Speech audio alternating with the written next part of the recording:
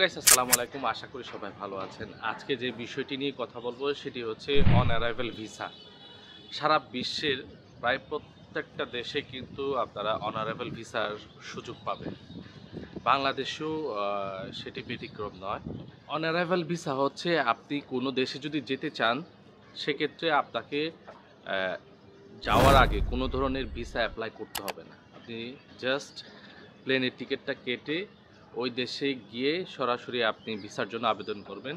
Within 10 minutes বা half an আওয়ারের মধ্যে আপনি সে দেশের ভিসা কিন্তু পেয়ে যাবেন। এটা হচ্ছে অনারেবল ভিসা। আর এই অনারেবল ভিসা সাধারণত 14 থেকে 30 দিনের হয়ে থাকে। এটি প্রতিটা দেশের উপর ভিত্তি করে আর কি এটা নির্ভর করে। সে বাংলাদেশের পাসপোর্ট কততম সেটির একটি প্রতিবেদন প্রকাশ করেছে হেনলি পাসপোর্ট ইন্ডেক্স। 2024 সালের এই প্রতিবেদনটি প্রকাশ করা হয়। এখানে 199টি দেশের মধ্যে বাংলাদেশের অবস্থান হচ্ছে 97তম। হেনলি পাসপোর্ট ইন্ডেক্সে যে বাংলাদেশ 97তম অবস্থান করছে সেটি মূল্যায়ন করা হয় এভাবে যে আপনি বাংলাদেশ থেকে ভিসা ছাড়া কয়টা দেশে আপনি ভ্রমণ করতে পারবেন। আজকে সেই তালিকাটি আমি আপনাদের সাথে শেয়ার করব। বাংলাদেশ থেকে আমরা কয়টা দেশে অনারেবল ভিসা পাচ্ছি এটা নিয়ে কিন্তু আমাদের মধ্যে বিভ্রান্তি রয়েছে।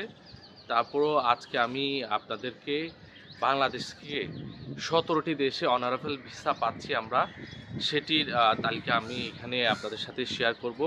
অবশ্যই আশা করছি এই ইনফরমেশনটি আপনাদের কাছে খুবই গুরুত্বপূর্ণ মনে হবে। বাংলাদেশের পাসপোর্ট নিয়ে অনারেবল ভিসায় ঘুরে আসার তালিকায় এশিয়া মহাদেশের দেশ আছে 5টি। এটি হচ্ছে নেপাল, ভুটান, শ্রীলঙ্কা, এরপর হচ্ছে মালদ্বীপ, আর সর্বশেষ হচ্ছে পূর্ব তিমুর। এরপর আফ্রিকা মহাদেশের প্রায় 10টি দেশ আছে যেখানে আপনি অনারেবল ভিসা দিয়ে ঘুরে আসতে পারেন। সেগুলো হচ্ছে কাবো ভার্দে, এরপরে হচ্ছে মৌরিতানিয়া, বুরুন্ডি, কোমোরোস, গিনি বিসাউ, হচ্ছে মাদাগাস্কার, রুয়ান্ডা, সিশিলস, সিয়েরা লিওন এবং সোমালিয়া।